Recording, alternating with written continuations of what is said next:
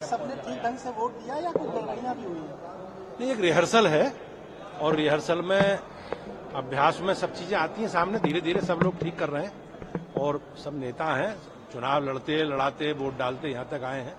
लेकिन एक संगठन की व्यवस्था है और विधानमंडल ने हमारी पार्टी के एनडीए के पहल की है, तो उसके पीछे यही प्रयास रहता है कि लोग अपना मतदान करें, कोई वोट कैंसिल ना हो।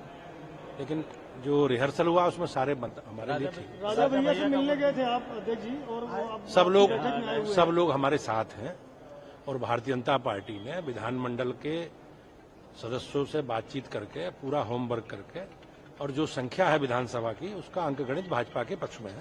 सर, सभी 8 प्रत्याशी चुनाव जीतेंगे? हमारे 8 प्रत्याशी चुनाव बड़े अंतर से जीतेंगे।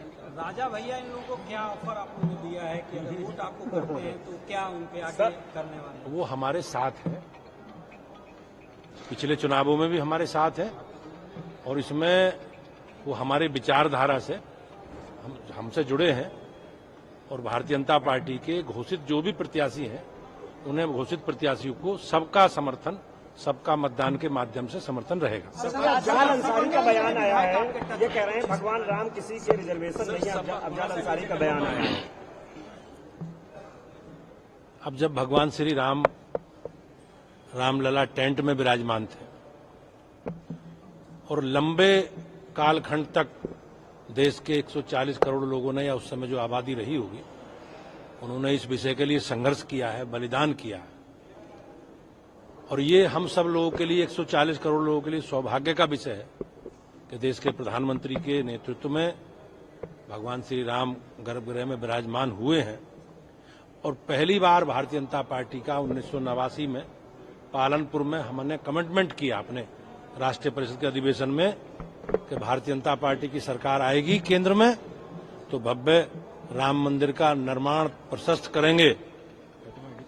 भारतीय जनता पार्टी के संकल्प को और जनता ने हमें चुना है तो मोदी जी ने उसे पूरा किया है।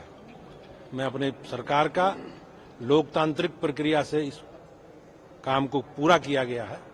मैं एक बार पुनः मोदी जी के प्रति धन्यवाद करता हूं और इन सब लोगों के पास वोट बैंक की राजनीति है और वोट बैंक की राजनीति के कारण ये लोग अयोध्या नहीं जाते थे। भगवान राम के दर्शन करने के बाद छोड़ो, अयोध्या तक से इनसे समाजवादी मंत्री बनेंगे क्या इस राज्यसभा चुनाव के बाद? सर, एक सवाल ये है कि अभी भी वोट आपके पास कम है, तो क्या समाजवादी पार्टी के कुछ विधायक आपके संपर्क में हैं? बहुत बड़ी संख्या में विधानसभा के माननीय सदस्य अंतरात्मा की आवाज से वोट देंगे और हमारी सब लोगों से बातचीत हो गई है। संख्या बल एनडीए और भारतीय जनता पार्टी के पक्ष में, संख्या बल भारतीय जनता पार्टी और एनडीए के पक्ष में है। 8 सदस्य भाजपा के बड़े अंतर से जीत के जाएंगे। सब लोग हमारे एनडीए का हिस्सा हैं और सबने सहमति से भारतीय जनता पार्टी की विकास यात्रा के साथ जुड़ने का निर्णय किया है। आज पूरा देश मोदी में है और सब लोग मोदी जी के साथ हैं। Thank you sir, thank you. High court ने मुस्लिम पक्ष की याचिका को खारिज कर दिया और साथ में उस समय की तत्कालीन सरकार के आदेश पर भी सवाल खड़े किए।